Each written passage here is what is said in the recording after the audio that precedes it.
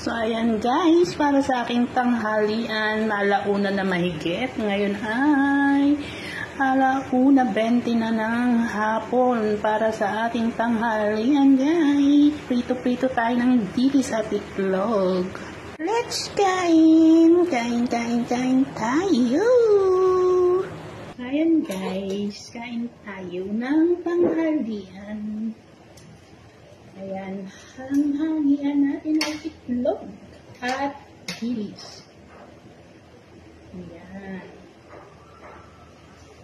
Kain tayo.